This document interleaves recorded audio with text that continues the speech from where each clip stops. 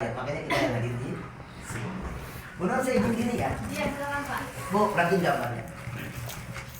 Kenapa saya pakai slide dan pakai gambar? Supaya ibu tahu, oh ini loh yang namanya kista, oh inilah. Padatnya beda Ya, aja kok. makanya padatnya sini nggak apa-apa. Nah, ini ada Lapangan jenis aja kanker Bu, nggak apa-apa. yang sewaktu-waktu menyerang yang namanya alat reproduksi. Hati-hati, dijaga alat reproduksi. Ini alat reproduksi ini. Dan ternyata di alat reproduksi ibu ada sewaktu-waktu 5 penyakit yang menyerang. Ini urutannya nih. Dari urutan ini yang paling ganas dan yang paling ditakuti seluruh wanita di dunia, bukan di Indonesia aja Bu, adalah kanker mulut rahim atau dibilang kanker serviks. Ya, baik. Ibu saya mau premier dokter nih biar ibu lebih paham. Nah, bentuk alat reproduksi ibu kayak gini bentuknya nih. Ya. Nah, ini namanya rahim Bu. Di bawah rahim ada mulut rahim.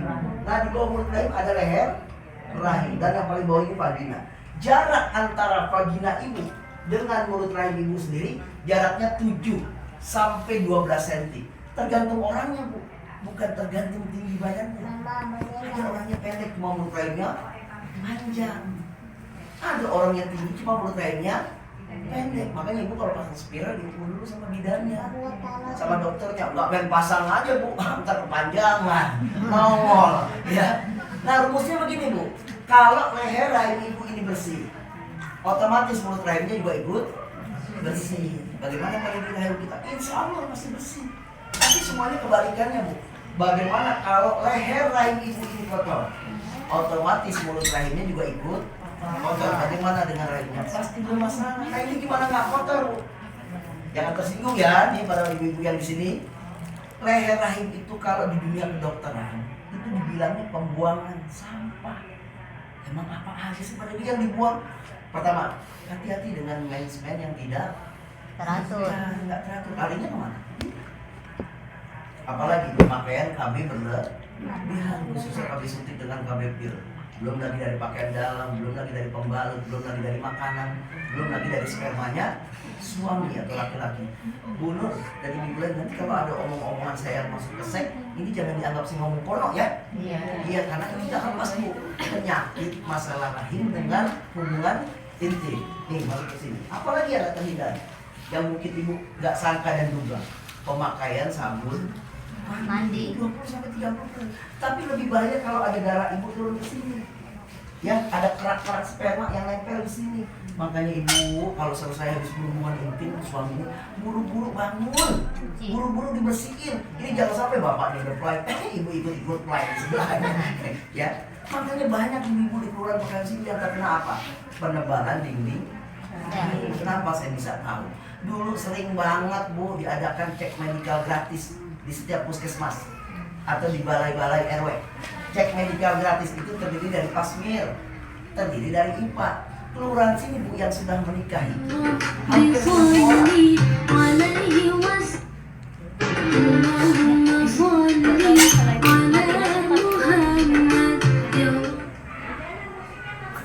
Matiin aja Bu.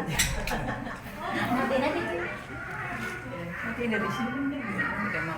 Bu, saya lanjut ya. Yang sudah menikah itu hampir 1.000 orang. Bukan saya Bu yang data, mungkin DKI melalui dawis-dawis yang ada di kelurahan. Ada dawis di sini? Ada. Ya. Datanya ngambil dari situ. Ya udah nggak banyak Bu, dapat kuota cuma 100 sampai 200 orang dari hampir 1.000 orang. Ibu tahu nggak yang datang ke puskesmas ada berapa orang? Cuma 5 orang. Itu pun emak-emak yang udah senior. Saya nggak bilang tua ya Bu, senior. Itu emak-emak udah sampai depan dokter, dia main dorong-dorongan Bu. Lu dulu udah saya keluar nasi Bu. Takut Pak, takut ketahuan penyakitnya. Malah ada satu ibu yang mukanya udah pucet banget. Dia aja ngomong, saya pikir tuh ibu sakit. Sakit? Bapak, saya nggak sakit. Saya mau nanya sama Bapak, kenapa Bu? Pasmir sakit nggak ya? Ibu jangan nanya sama saya sebelum nanti pasmir. Pada tahu. Bun, sekali lagi ya, saya hadir ke PAUD Timnas Indonesia ini. Ibu jangan takut, saya nggak mau obatin. Saya mau buka nih mindset-mindset ibu yang hadir di sini, yang hadir aja, yang hadir nggak usah kita ceritain. Ya Bu, bagaimana ibu di sini bisa tahu dan yakin bahwa nggak ada kotoran, nggak ada penyakit yang nempel di leher rahim kalau belum pernah dicek. Betul nggak Bu? Ini kalau kita ingat kanker cervix, ingat artis siapa tuh? Julia Perez. Wah, coba ibu itu sih nonton entertainment ya. Bercanda. Bu, maaf ya, saya bukan menghibah, saya hanya membandingkan. Kenapa saya bicara tentang almarhum Julia Perez? Ini buat motivasi buat ibu. Karena di pegangan ini banyak pun juga yang kena, cuma nggak mungkin saya sebutkan satu-satu. Nanti nggak enak saya bilang. Ya, nih pertama, kurang apa almarhum Julia Perez? Betul. Allah kasih buat sempurna, dikasih wajahnya, duitnya, Banyak. maaf bu, terkala terkena kanker cervix tidak berdaya. Uangnya bisa nolong? Ada yang untuk makan, bertakdir pada diri. Betul. Malah ada yang nyangka bahwa kanker cervix itu penyakit kotor yang sering orang gonta ganti pasangan, disamakan dengan AIDS. Enggak bu, saya tugas di kelurahan sini nih, kayak ya sudah 7 bulan. Saya pernah loh nengokin wali murid PAUD yang ada di kelurahan ini yang terkena kanker cervix. Tapi maaf ya, saya nggak sebutin. Saya justru dapat informasi dari kelurahan, dari puskesmas Ciracas. Dia baru ke Ciracas. Ya, karena saya orang buta kanker, bu, saya datangin. Insya Allah ya bu, mata sama hati saya, insya Allah nggak salah. Insya Allah, ibunya baik-baik, keluarganya baik-baik. Dan yang sangat mendidikan saya, ada lagi ustazah terkena lagi kanker cervix di wilayah Bojonggede Citanjur. Saya dapat informasi dari rumah sakit Cipto. Saya datengin bu. Dalam perjalanan saya pikir ustazahnya udah tua, karena saya punya pasien di YKI itu 188. Ya, hampir 90% yang terkena itu justru yang sudah menopause, udah di atas umur 45. Pas sampai di rumahnya, saya lihat ustazahnya masih muda, umurnya baru 40-an. Ngobrol sama saya, nangis ustazahnya. Apa kata ustazah itu bilang? Ya Allah Pak Deddy, saya lengah banget dari celana dan sering pakai venti. Ventilator dia bukan ventilasi, ventilasi jendela, ibu mau di jendela. Ibu tahu nggak ventilator? Masa ibu nggak tahu? Saya bu, saya kasih tahu. Sering-sering ganti celana dalam. Minimal tuh celana dalam walaupun ibu nggak kemana-mana tuh buat subuh-subuh bisa lebih. Ini mah enggak. Pakainya pagi, gantinya malu. Bukan saya kasih dulu, kaca sebelah. Saya kasih mana ada begitu ya.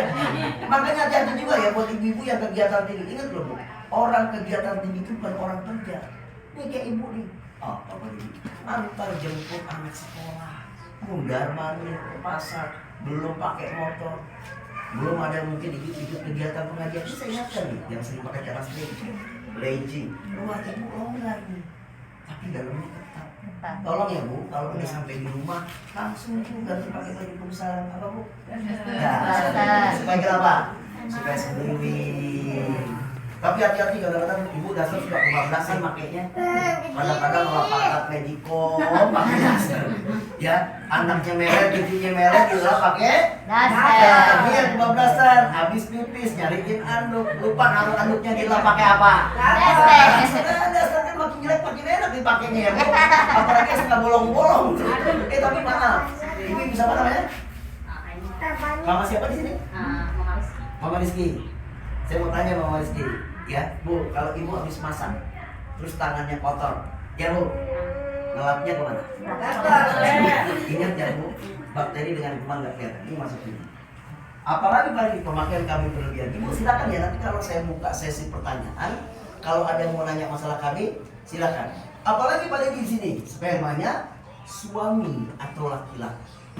Ya maaf nih, Mama Rizky dari Ibu yang saya nanya nih sama ibu, nanya doang. Paham kan sperma ya bu? Paham. Jangan kayak PAUD sebelah. Kemarin saya bilang gini, ibu di sini masuk ya sperma ya. Dia nanya sama saya, sperma siapa pak? Sperma suami. Masa sperma tetangga? Apalagi yang nggak terhindar masuk ke sini? Pemakaian sabun mandi. Bu maaf ya tadi saya kurang jelasin bu. Saya saya dinas di Cipto itu lama di bagian kardiologi dan rahim 16 tahun. Dan saya juga lama menjadi asisten dokter Boyke 4 tahun. Waktu kita sama-sama aktif masih keliling se-Indonesia mengadakan edukasi ini. Ya, kenapa saya ditugaskan di sekolah? Kenapa saya ditugaskan di instansi? Karena wali-wali murid yang ada di sekolah ibu, TK, PAUD, RA, ya itu sebagian besar 90% masih berproduksi.